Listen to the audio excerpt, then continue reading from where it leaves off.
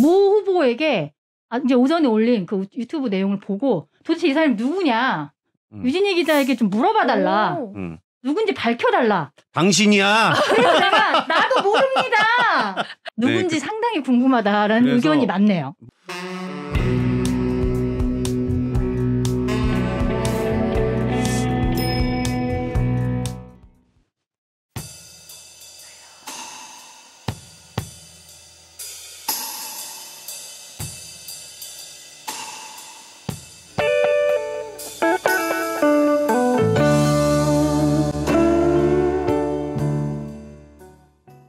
안녕하세요. 한 주간의 뉴스 중 우리가 꼭 알고 가야 할 뉴스, 놓쳤던 뉴스, 여기서 한술 더 떠서 깊이 맛보는 시간입니다. 취재 중 진담 시즌2, 오늘도 여러분을 찾아왔습니다. 안녕하세요. 안녕하세요. 오늘도 저의 든든한 이 지원군 두 분과 함께합니다. 반갑습니다. 피곤했는데. 좋습니다. 네, 그러면 바로 뉴스 브리핑 살펴볼게요. 한 주간의 주요 뉴스 살펴보는 시간입니다. 먼저 선거법 위반 혐의로 기소된 정헌율 익산시장이 무죄를 선고받았다는 뉴스인데요. 네.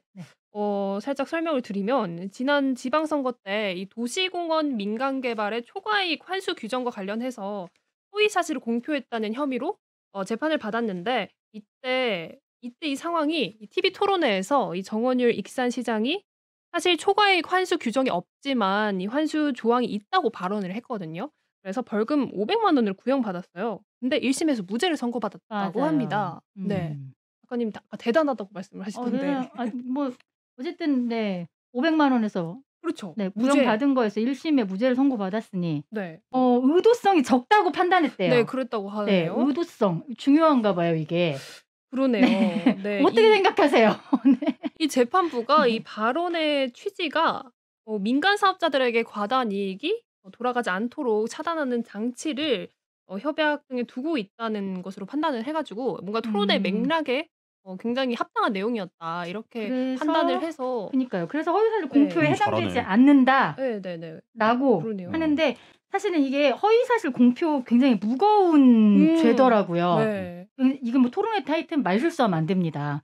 네, 한 방에 갈 수 있습니다. 네. 항상 조심해야 됩니다. 그러니까 한 것도 아니고 안 한 것도 아니고 애매하게 하면 살아납니다. 그래요? 중도에서 토론회에서 여러분들이 법을 아세요? 어쨌든 이게 공직선거법상 허위사실 공표하는 범죄가 형법상 명예훼손죄와 정보통신망법상 사실적시 명예훼손죄보다 법정형이 높대요. 그래서 이 허위사실 공표죄가 매우 중하게 다뤄지고 있기 때문에 그 부분이 있으니까 앞으로 선거 나오시는 분들 토론회 때 발언 항상 조심하셔야 할 것 같은데 어쨌든 이번에 이 정헌율 익산시장의 무죄. 근데 어쨌든 1심이고 지켜봐야 되는 거죠, 기자님? 말씀하신 대로 어차피 이제 재판이 1심이잖아요. 3심까지 확정 전까지 이제 완벽하게 옷을 벗었다. 뭐 이렇게 볼 수는 없는 것 같은 상황입니다. 확실히 조심하셔야 될 것 같아요. 선거 관련해서는. 더불어서 이 하나 더 기사를 살펴보면요. 이 정치자금법 위반 유진섭 전 정읍시장이 정읍시장에게 검찰이 징역형을 구형했다는 소식이네요. 그렇죠. 구형을 했었는데 원래는 방송일 저희 녹화 기준으로 선고가 있어야 되는데 재판부 사정인지 아니면 이제 그 유 전 시장의 사정인지는 모르겠지만 재판이 좀 연기됐다고 하니까 그 소식도 이제 들어오면 잘 정리해서 말씀드리도록 하겠습니다. 앞으로 선거법 관련된 내용들 또 전달해드릴 게 많이 있을 것 같아요. 그때마다 우리 성대모사의 또 달인 또 엄소영 기자가 또 법원 출입 기자로서 준비하고 있으니까 그분을 모시죠 한번. 한번 모시죠 정리돼. 그리고 이 유 기자님이 픽하신 기사가 있던데 이거 뭔가요? 재보궐선거 브로커 이후. 지난해 지방선거에서 이제 선거 브로커 사건이 있었잖아요. 그래서 쉽게 말해서 자금이라든가 뭐 조직을 줄 테니까 뭐 인사권이나 사업권을 달라 뭐 이런 사건이었는데 최근 다음 달 열리죠. 아니 다다음 달 4월 5일 날 열리는 재보궐선거 전주울 국회의원 재보궐선거에서도 유사한 의혹이 좀 불거졌다. 진짜 이거 최초 저기 아닌가? 최초부도 아니면 최초부도? 뭐 지금 취재 중 진담에서는 최초고 네. 저는 뭐 1년에 한 3번씩 최초 기사를 항상 쓰니까 하니까. 별로 새롭진 않아요. 제가 사실은 네. 이렇게 대기하는 중에 전화 한 통을 받았어요. 모 후보에게 이제 오전에 올린 그 유튜브 내용을 보고 도대체 이 사람이 누구냐. 유진희 기자에게 좀 물어봐달라. 누군지 밝혀달라. 당신이야. 그래서 내가 나도 모릅니다. 나도 오늘 처음 들어요. 라고 이야기를 했습니다. 누군지 네, 상당히 궁금하다라는 의견이 많네요. 뭐 이게 뭐 제가 이렇게 길게 말할 필요는 없고 네. 아무튼 이번 4.5 전주을 국회의원 재보궐선거에서도 선거 브로커의 개입 정황과 의혹이 있으니 정말 이런 혼탁한 선거는 이루어지면 안 된다. 이런 말씀을 드리고 싶고요. 정말 그 내용이 궁금하면 KBS 뉴스 전북 채널 잘한다. 들어와서 구독하시고 또 보시면 됩니다. 네. 네, 여기까지 정리할게요. 네, 여기까지만 할까요? 네네네. 더 깊이는 안 가? 아니 오늘은 호흡이 좀 딸리네.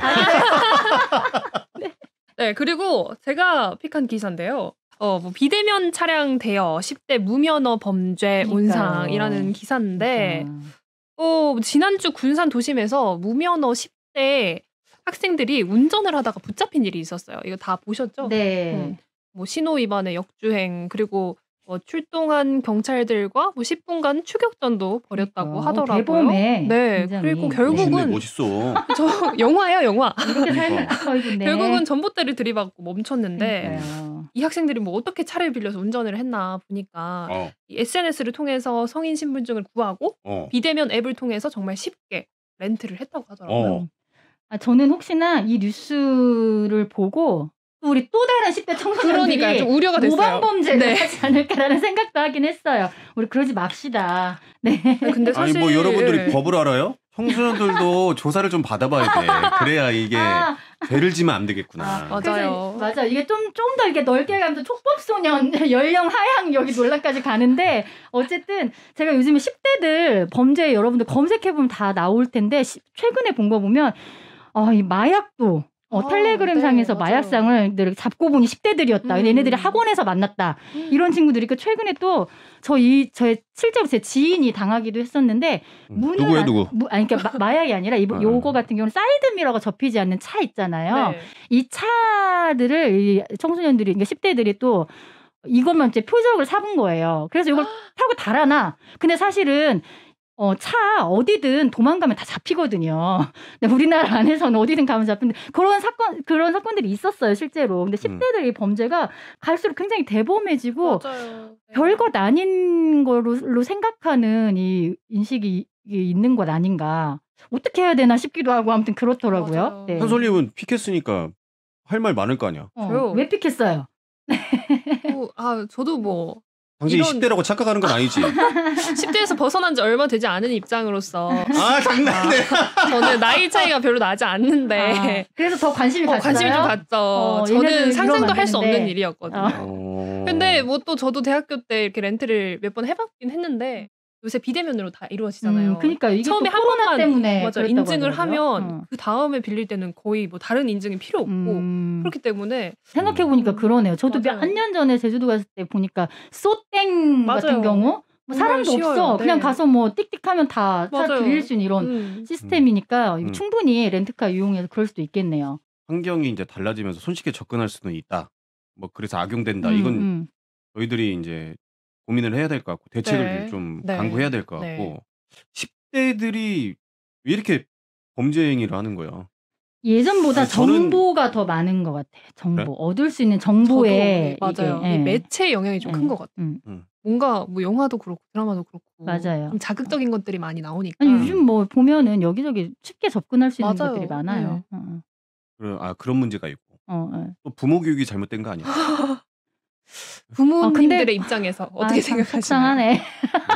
왜 그러냐면 우리가 계속 말하지만 이게 행복은 성적순이니까. 답답하네. 성적순. 내가 볼 때는 부모 교육을 좀 시켜야 된다. 전반적으로 저는 교육청이 부모 교육청을 설립해가지고 부모들 부모 교육을 시켜야 된다. 부모의 사랑이 필요하다. 부모의 사랑과 부모 교육이 필요하다.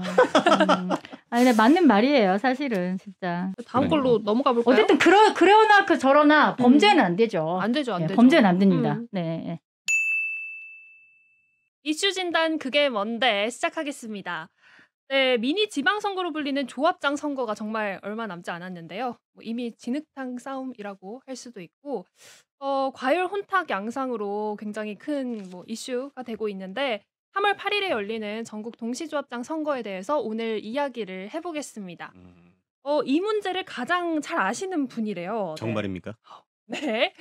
굉장히 기대가 되는데 전라북도에서 농협 조합장 파고들기 1인자라고 하십니다. 이력을 간단히 소개를 해드릴게요.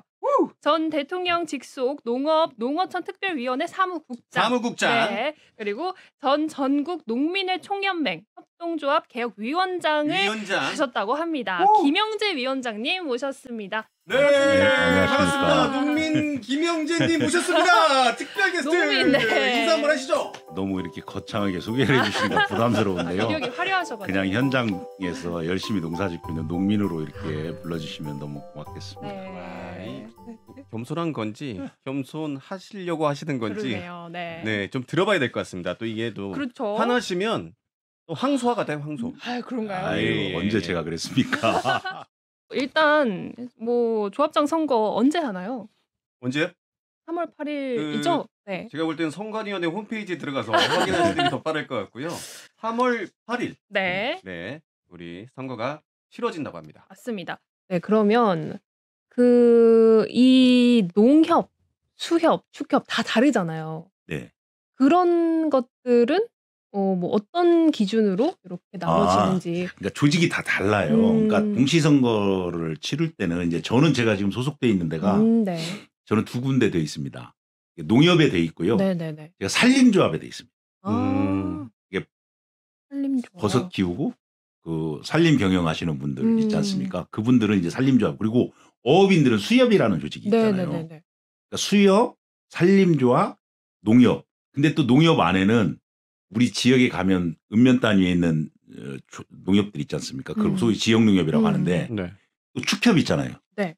축협도 농협에 들어가고요. 그 다음에 품목농협이라고 해가지고 원예농협, 뭐 사과, 능금농협, 뭐 이런 거 있잖아요. 감귤농협 이런 거. 그런 것도 농협에 들어가요.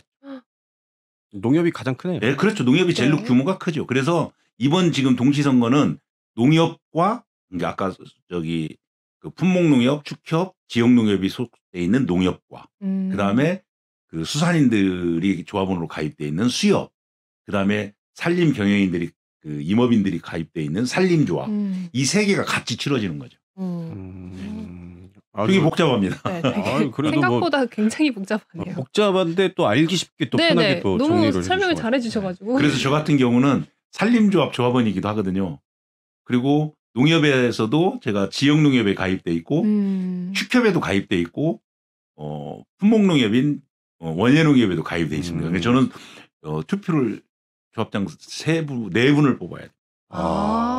있으시겠네. 표를 4번. 네. 대단하십니다. 자랑스럽고. 아니, 자랑스러운 건 아니죠.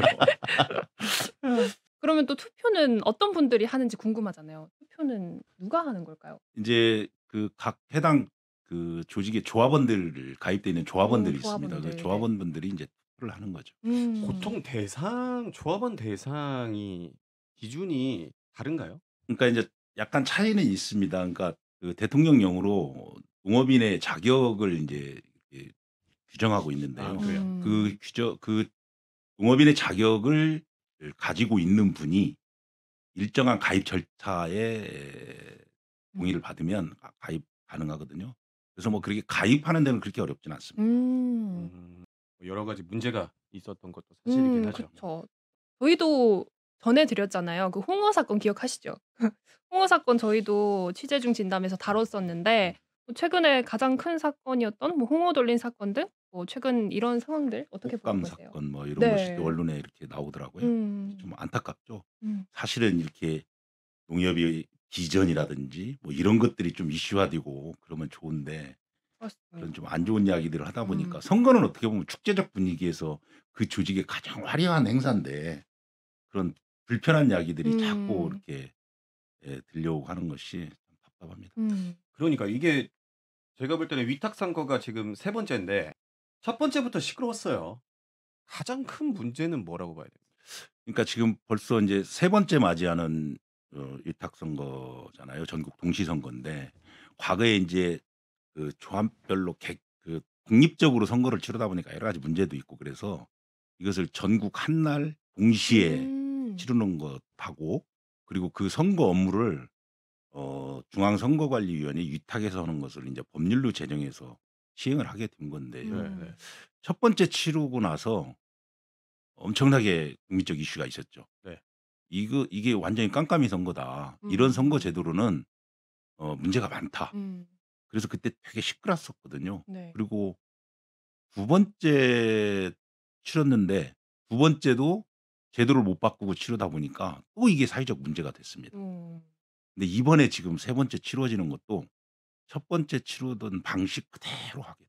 궁금한 게 선관위가 민간위탁 선거를 하면 선관위 주관으로 선거 절차라든가 이런 게 좀 투명성이 좀 담보되지 않느냐. 그런데 이제 깜깜이라는 말씀을 좀 하셨어요. 그러니까 이 부분이 뭔지 저는 그러니까 중앙선관위도 아마 입장을 저는 그때 1위 때도 낸 걸로 알고 있는데요. 지금도 아마 내고 계시는 걸로 알고 있는데 이게 이제 법으로 규정돼 있기 때문에 그 국회에서 법은 만들지 않습니까? 그러면 이게 행안위 소속입니다. 네. 법안을 네네. 다루는 데가. 근데 지금도 이제 법안이 올라가 있긴 한데 전혀 논의가 안 되고 있죠. 그래서 이번 치르는 것도 이제 그냥 과거 있는 법 그대로 치르는 건데 문제는 뭐냐면 이 선거제도, 선거운동 방식이 너무 폐쇄적입니다. 최소한 공직선거법에 준하는 정도의 수준에서 이렇게 후보자도 자기의 의견을 알릴 수 있고 네. 그 유권자인 조합원들이 후보자들의 변별력을 판단할 수 있을 정도 수준의 이런 선거제도를 가져야 되는데 선거제도가 너무 제한적이고 할 수 있는 게 거의 없어요. 그냥 몰랐네요. 선거 공보를 하고 그다음에 벽부 붙이는 거 하고 그다음에 이제 제일로 많이 활용하는 것이 그 전화를 이용하는 거거든요. 근데 아이러니하게 전화번호를 제공해 주지 않습니다. 또 그렇습니다. 그렇습니다. 탄핵됐지만 행안부 장관, 국회의원, 선거관리위원장님 사과하세요. 네, 오늘도 그러니까 나왔네요. 사과하세요. 젤로 우리 그 선거하면 토론 이런 것이 가장 지금 그렇죠. 우리가 취할 수 있는 방식 중에 가장 그 적극적인 선거운동 방식 아니겠습니까? 맞습니다. 그래서 자기 소견도 발표할 수도 있고. 네. 근데 그런 걸 못 하게 돼 있어요. 답답하네. 이유가 너무 궁금하네요. 아니 그러니까 법으로 돼 있다니까요. 왜 그런 그래서 걸까요? 법을 바꿔야 된다. 그런데 아무도 바꾸려고 노력을 하지 않는다. 뭐 이런 뜻일까요? 근데 이제 이건 뭐 제 개인적 사견입니다만 네네. 그런 선거 제도에서 덕을 보는 분들은 계실 거 아니겠습니까? 뭐 조합당 선거가 전에 이렇게 뭐 경쟁이 치열하고 뭐 그럴 줄을 몰랐는데 당신만 이렇게 몰라. 치열한지. 제가 몰랐나 봐요. 근데 일반 몰랐네요. 선거 투표율하고요. 네네. 이 조합장 투표율을 보면 투표율이 거의 80%가 다 넘습니다. 이런 선거 없어요. 그렇네요. 그만큼 이 농민들이나 뭐 임업인들이나 음. 그 산림조합에 가입돼 있는 이분들의 이해관계가 엄청나게 크기 때문에 관심도가 높은 거죠. 이 조합장 경쟁이 치열하다는 거는 조합장이 되어서 그 권한이 굉장히 뭔가 막강하기 때문이 아닐까요?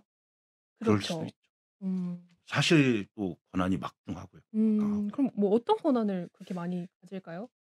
조합장 권한은 거의 제가 볼 때는 이제 다른 뭐 견제 기능이나 이런 것들은 있습니다만 거의 저는 절대 권력을 쥐를 수 있다고 보는 거죠. 왜냐하면 인사권 다 가지고 있죠. 그다음에 사업 집행에 있어서 조합장의 의견이 무시되고 집행될 수 없는 구조죠. 네. 이런 것들까지 포함하면 그리고 이제 뭐 처우 문제라든지 이런 것들 보면 상당히 매력 있는 야심가들이 볼 때는 되게 매력 있는 이유가 있네요. 네, 그렇습니다. 맞는 이유가 예. 있네요. 근데 왜 위원장님은 안 나가셔요? 저도 고민은 많이 했었습니다. 네네. 근데 야심이 없는가 봐요. 의지가 부족해서 그런 것 같아요. 저는 그 감시 견제를 할 수 있는 제도적 장치가 있을 거라고 보고 예. 거기에 따라서 손질을 좀 더 봐야 된다고 생각을 하는데 반대적으로 생각을 하면 이제 뭐 저희들이 항상 뭐 이슈를 따라가는 사람들이기 때문에 뭐 불법이라든가 혼탁 이런 단어 이런 이슈에 대해 좀 접근할 수밖에 없는 현실적 부분이 있습니다. 근데 이제 저희 지역은 아니어서 좀 편하게 말하지만 후보자 간의 그 불출마를 종용하고 어떤 매수하려는 네. 시도, 거기서 금전 거래를 뭐 요구하는 모습들. 상대적으로 이제 조합원을 대상으로 투표를 하다 보니까 이 조합원들이 은연중에 뭐 잠재적 범죄자라고 제가 말하는 게 아니라 은근히 그런 풍토를 또 바라고 기대하는 문화도 좀 있는 것 같아요. 이 부분에 대해서는 농민의 한 사람으로서 어떻게 생각하십니까? 선거를 통해서 마음을 살려고 하는 사람 입장에서 보면 수단과 방법을 가리고 싶지 않겠죠. 그래서 제가 아까 앞서서 말씀드렸듯이 이 직접 그런 어떤 의지를 갖고 있는 사람이 자기 의지나 이런 것들을 표현할 수 있도록 어떤 공간이나 이런 걸 만들어주면 네. 그걸 활용하려고 하겠죠. 음. 근데 이제 그런 것들이 원천적으로 봉쇄되고 하다 보니까 사실은 그런 음성적이고 그 불법적인 요소들이 계속 이 선거가 있을 때마다 계속 불거지고 있는 문제고요. 그래서 저는 이 선거제도를 잘 근본적으로 좀 바꾸고 그리고 이제 뭐니 해도 이 조합원들이 가지고 있는 의식들도 바뀌어야 되겠죠. 근데 제도를 통해서 좀 먼저 이렇게 하는 것이 바람직하지 않을까 이렇게 생각을 하고 그 협동조합이라고 하는 것은 어떻게 보면 되게 좋은 의미의 조직 아니겠습니까? 그렇죠. 근데 이게 너무 이게 지금 이 조합장 선거나 이런 것들 속에서 이 전체 협동조합을 그냥 매도되는 듯한 느낌들이 있어서 좀 가슴이 아프긴 한데 아파요. 좀 제도적 손질을 잘 하는 계기로 또 이번 세 번째 지방선거 지금 저 동시선거 하면서 또 주장을 하고 있습니다. 저희들도 열심히 하고 있는데 법은 지금 또 바뀔 것 같지가 않아요. 안타깝네요. 되게 답답하네요, 이게. 정치하시는 분들이 네. 정말 농민들 생각하고 농업 농촌을 생각한다면 이 선거법 바꿔줘야 됩니다. 근본적으로 바꿔줘야지 이런 뭐 불법. 그리고 이게 네. 아까도 선거 투표율이 관심도를 나타내는 거라고 그랬잖아요. 사실 저도 제가 어려서부터 농사를 짓고 있습니다만 이 농업을 하는 사람이 농협하고 떨어져서 상상을 못해요. 생활 자체가 안 돼요. 왜 그러냐면 돈이 필요하면 농협에 가고요. 그다음에 뭘 자재를 사려면 농협으로 가고요. 그리고 내가 생산한 농산물을 팔려면 농협으로 가고. 그리고 심지어 이제 내 생활 물자들 있지 않습니까? 아이들 과자 하나 사더라도 농협마트 이용하고. 그래서 특히 농촌에서 사는 사람들은 농협을 떼놓고 농업을 한다? 거의 100명 중에 1명, 2명 있을까 말까? 사실 또 뭐 가장 큰 문제로 지적을 받고 있는 게 이 연임 제한이 없는 비상임 조합장 문제. 뭐 이게 굉장히 큰 문제로 지적을 받고 있어요. 근데 이게 정말 아무 제한 없이 계속 쭉 할 수 있는 건가요? 그러니까 지금 이제 이 조합장이 상임 조합장이 있고 비상임 조합장이 있고 좀 농협 구조를 보면 좀 복잡합니다. 나도 이건 네, 근데 이제 그 비상임 조합장 제도를 두게 되는 배경이 사실은 이제 조합원들은 대부분 이제 농사를 짓던 분들이고 하니까 이 전문성에서 경영이나 전문성 이런 것들이 좀 떨어질 수 있다. 그래서 조합이 이제 규모가 커지면 전문 경영인을 이제 채용해서 이제 그런 분들이 경영을 하게 하고 그 조합장들은 쉽게 해서 이제 명예직 그리고 이제 지배구조에서 어떤 그 이사회나 대의원 중에 어떤 의장 역할 정도 수준에서 이렇게 가는 것이 바람직한 거죠. 그래서 이제 비상임 조합장 제도를 2009년도로 제가 알고 있는데 그때 이제 법을 개정해서 시행을 했는데 문제는 상임 조합장은 연임 제한이 있습니다. 근데 이제 비상임 조합장은 비상임이니까 그냥 연임 없이 해준 거거든요. 근데 이제 문제는 뭐냐면 그러면 상임과 비상임의 권한이나 처우 문제에 있어서 차별성이 있어야 될 거 아니에요. 그렇죠. 예, 맞아요. 근데 그게 없어요. 그러니까 이름만 상임, 비상임으로 나눠져 있지 실질적으로 경영에 참여하고 개입하고 하는 부분에 있어서는 뭐 큰 차별이 없고요. 그러니까 조합장실은 있을 거 아닙니까? 똑같이. 비상임도 잘못된 거 아닙니까? 그리고 비상임인데? 이제 또 처우 문제에 있어서도 상임 조합장에 준해서 갈 수 있도록 또 내규가 돼 있어요. 그래서 뭐 지금 뭐 비상임 조합장 하면은 아마 연봉에서도 좀 상임 조합장보다 떨어질 것이다 이렇게 판단하시는데 사실은 비상임 조합장님들 프로테지로 보면 더 많을 겁니다. 왜 그러냐면 네. 비상임조합장은 의무적으로 도입하게 되는 그 규정이 있습니다. 그러니까 자산이 2,500억이 넘으면 무조건 비상임조합장으로 가야 돼요. 아, 그렇군요. 네. 그러다 보니까 규모가 큰 조합은 그만큼 이제 그 뭐 살림이 넉넉하면 예, 이 조합장들 대우도 좋고 임직원들 대우들이 좋거든요. 그러다 보니까 저 조그마한 시골의 조그마한 농협 상임조합장보다 비상임조합장이 훨씬 권한도 많고. 제가 생각했던 그렇죠. 거랑 아예 반대네요. 그렇죠. 그래서 이번에도 지금 이제 그 농협법 개정 지금 중앙회장이 그냥 느닷없이 무슨 중앙회장 연임제를 해야 된다 뭐 이런 이슈가 나오면서 이 법안이 같이 이제 논의가 됐던 거예요. 근데 이제 이게 다 지금 뭐 오늘도 지금 오늘 내일 지금 또 뭐 그 농해수위에서 그 중앙회장 연임 문제 가지고 다시 논의를 한다 어쩌나 하는데 사실은 이런 게 쟁점이 올라와야 되거든요. 근데 이런 것은 다 이제 묻혀버렸습니다. 지금 법안은 상정됐는데 논의가 안 되는 걸로 제가 알고 있어요. 아, 안타깝네요. 권한 있는 비상임조합장. 그렇네요. 제대로 대우받는 비상임조합. 오히려 더 좋은 네. 권력이네요. 근데 이제 문제는 뭔 사고가 났을 때는 책임은 또 받을 수 있는 구조가 돼 있습니다. 제도 개선이 필요하네요. 네. 비상임조합장 지금 뭐 전북에는 몇 곳이 비상임이죠? 제가 알고 있기로 전북이 아마 90여 개 조합에서 한 거의 20개가 넘는 조합이 비상임조합장으로 돼 있고요. 전국 기준으로 보면 한 400개 넘는 조합이 지금 비상임조합장으로 아마 전체 비율로 보면 한 40%가 좀 넘는 걸로 알고 있습니다. 네. 근데 또 이걸 악용하는 사례가 또 있죠.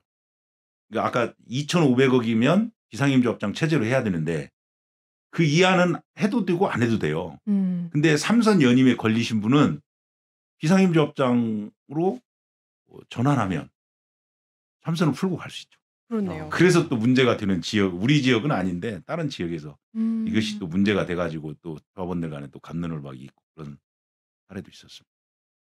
비상임조합장의 취지 자체가 제대로 자리 잡았다고 하면 말씀하신 대로 이 위원장님께서 말씀하신 문제들이 없을 텐데 이게 단점이 노출이 많이 되니까 개선이 필요한 그러니까 이게 거죠. 비상임조합장 제도가 잘못된 거다 잘된 거다라고를 떠나서 저는 책임 경영제를 뒀으면 책임 경영을 하게끔 하고 그리고 비상임조합장은 명예직으로 가야죠. 명예봉사직으로 가는 구조로 만들어야죠. 그래서 네. 이 처우 문제도 차별화시켜야죠. 네. 이미 그 협동조합이 잘 돼 있는 나라들 보면 사실은 이 조합장은 회의 주재를 하는 어떤 의장 역할만 하지 경영은 전문 경영인들이 하고 있습니다. 이게 우리는 제도를 가지고 왔지만 이 제도를 되게 왜곡돼서 적용하고 있는 네. 사례라고 보시면 되죠. 지금 그렇다고 하면 제도 개선에 대해서 논의가 뭐 진척을 보이지 않고 그렇습니다. 있고 그 비상임 조합장 분들이 다 뭐 절대 비판을 받아야 하는 대상은 아닌데 그 비상임 조합장 조합 관련해서 현장 분위기는 좀 어떻습니까? 그러니까 잘하시는 분들도 있어요. 잘하시는 분들도 있고 그런데 이제 아까 말씀드린 대로 그런 이제 악용된 사례들 있어서 3선 연임을 피하기 위해서 악용되는 사례들이 있어서 좀 문제가 됐고요. 그리고 이제 사실은 뭐 저도 이렇게 조합에 임원으로 참여해 본 경험이 있습니다만 사실 이렇게 이 경영에 있어서 전문성들이 많이 떨어집니다, 사실은.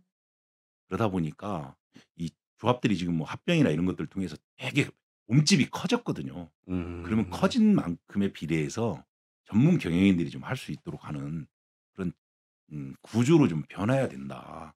협동조합이라고 하는 정체성을 확립하고 본연의 업무에 충실하고 농업농촌 농민의 문제에 있어서 농협이 자기 역할을 분명히 하기 위해서는 저는 책임 경영으로 가는 구조로 가야 된다. 그리고 이 조합장 선거를 앞두고 뭐 항상 꼭 나오는 게 무자격 조합원 이 문제가 있다고요? 복잡한 문제입니다. 이게 왜 그러냐면 조합이라고 하는 것이 과거에 이제 아주 작은 규모로 있을 때 소위 이제 나이 드신 분들 예를 드는 겁니다. 지금 원로 조합원이라고 저희들이 표현하는데 조합을 만드신 1등 공신들이시죠. 그리고 어려운 조합을 잘 이끌고 오신 어려운 분들인데 현행 법상으로는 예, 농업인의 자격을 잃으면 무자격 조합원이 되는 거예요.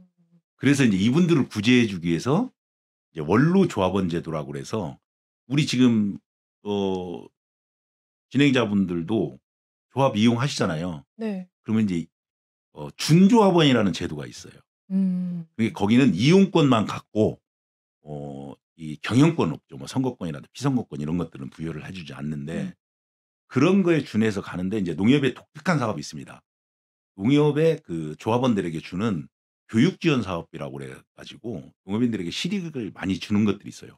이게 의결권이나 피선거권 이런 것들은 제약하지만 원로 조합원들에게 교육 지원 사업의 혜택은 누릴 수 있도록 해주는 제도가 있거든요. 근데 이분들은 투표권이 없죠. 선거권도 없고 투표권도 없는데 이제 이런 분들은 이제 이렇게 구제를 했는데 지금 뭐 요즘 뭐 보조금들 뭐 직불제도 많이 나오고 뭐 농민 수당 얘기 나오고 하면서 가짜 농민들 많이 있지 않습니까? 뭐 이런 것들하고 또 연동돼 가지고 복잡하네요. 예. 그래서 이제 항상 문제가 됩니다. 이게 조합원 자격 시비 문제. 그래서 아마 작년 말까지 농협들이 이 조합원 자격 문제 가지고 엄격하게 이렇게 잣대를 대고 이렇게 해서 많은 뭐 현장에 민원도 생기고 막 그랬었는데요. 하여튼 이 무자격 조합원 문제는 선거 때마다 불거지는 거죠. 그럼 뭐 아무래도 지도 감독 책임이 있는 이 농식품부나 농협 중앙회가 그런 것들을 엄정하게 관리를 근데 해야 되는 거 아닌가요? 이제 어떤 지침이나 이런 건 내려줄 수는 있지만 네네네. 현장에서 그걸 적용하고 네. 그걸 풀어가는 것은 이제 각 농협들이 하는 건데요. 이제 간혹 이걸 잘 못 정리하면 나중에 선거에 분쟁으로 생깁니다. 특히 이제 가장 대표적인 사례들이 축협 같은 데가 문제가 많이 됩니다. 왜냐하면 축협은 바로 노출되잖아요. 가축을 안 키우고 있으면 무자격 조합원이 이제 다 아는 거 아니겠습니까? 그럼 이런 것들은 뭐 어떻게 보완을 근데 뭐 해야 될 것 이것은 같나요? 어찌됐든 자격이 없는 네네. 분들은 아까 얘기했던 그 원로 조합원이라든지 이런 분들은 아까 그런 준조합원 제도를 활용해서 혜택을 누리면서도 이 법에 저촉되지 않는 방식으로 해결할 수 있도록 하는 것들을 더 적극적으로 활용해야 된다. 제가 35년 뒤에 대통령이 될 거니까 네. 그때 이제 농림특임장관으로 하셔서 저희가 농민의 개혁을 좀 이뤄내겠다 뭐 이런 말씀을 드리고 마지막으로 반복되는 궁금증입니다. 질문이지만 농민의 한 사람으로서 이번 조합장 선거가 어떤 의미를 가져야 되는지 한 말씀 해주시죠. 이게 우리가 힘들다라고 표현할 때 IMF 많이 비교하잖아요. 제가 솔직히 IMF도 경험해봤지만 IMF보다 더 힘듭니다. 국민들은. 그러니까 가격 폭락했죠. 그다음에 금리 올랐죠. 농자재값 다 상승해서 생산비 폭등했죠. 이게 3중으로 오는 거예요. 그러다 보니까 정말 버티기 힘듭니다. 근데 이럴 때 농협의 존재감이 좀 제대로 드러나야 되는 거 아니냐. 맞습니다. 그래서 농민들에게 실질적으로 실익을 주는 사업들을 좀 적극적으로 하고 네. 농협들도 어려워요. 네. 어렵지만 뭐 금리 좀 좋아져서 농협들 수익도 좀 일정 정도 있는 조합들도 있거든요. 그러면 어렵지만 같이 인내하고 고통을 감내하는 차원에서라도 이 무너져가는 농촌에 희망을 주고 그리고 국민들의 먹거리를 안전하게 지킬 수 있도록 하기 위해서는 농민들이 살아가야 되는 거 아니겠습니까? 그래서 농민들에게 조합원들에게 희망을 주는 농협으로 거듭나는 그러한 것들이 비전이 좀 제시돼서 그것이 현실화되는 선거가 됐으면 참 좋겠다는 생각이 듭니다. 오늘 이 방송을 많이 봐주셨으면 좋겠어요. 봐주시고 뭔가 이런 좋은 말씀 많이 해주셨는데 정말 현실적인 대안이잖아요. 그런 것들이 많이 반영이 되면 좋겠습니다. 네, 날씨 알려드리겠습니다.